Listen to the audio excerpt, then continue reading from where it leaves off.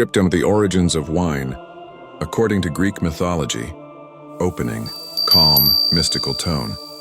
Long before vineyards blanketed the hills of Greece, before mortals raised their cups in celebration, there was Dionysus, the god who taught humanity the secret of turning fruit into liquid joy. This is the story of how wine was born. Scene 1. The birth of Dionysus. Dionysus was no ordinary god. He was the son of Zeus, king of the gods, and Semele, a mortal woman.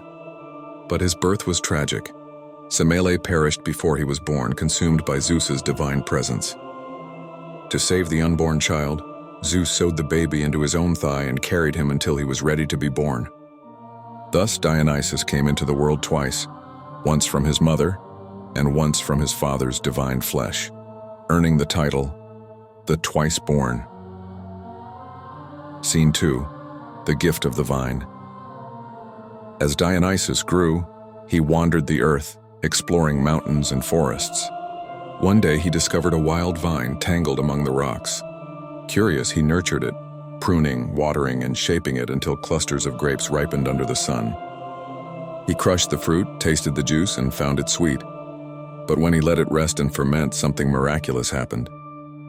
The liquid transformed, it became wine, rich, intoxicating, alive with spirit.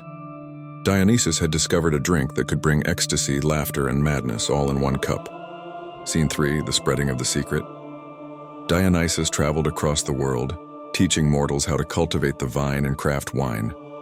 From the slopes of Thrace to the islands of the Aegean, he showed farmers how to celebrate the seasons with harvest festivals, the Dionysia, filled with dance, song, and the joy of the grape. But not everyone welcomed his gift. Kings and priests feared the loss of control his wine inspired, the way it dissolved boundaries and awakened the wild heart of humankind. Yet Dionysus could not be stopped.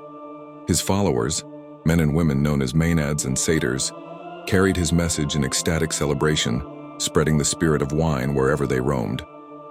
Scene 4. The meaning of wine. To the Greeks, wine was more than a drink. It was a bridge between gods and mortals, pleasure and madness, order and chaos. In every sip lived a reminder of Dionysus, that joy and frenzy, creation and destruction, are two sides of the same divine truth. And so, when the Greeks poured out the first drops of wine upon the earth before they drank, they were offering it to him, to Dionysus, the twice-born god, the giver of the vine, and the eternal spirit of revelry. A closing, reflective tone.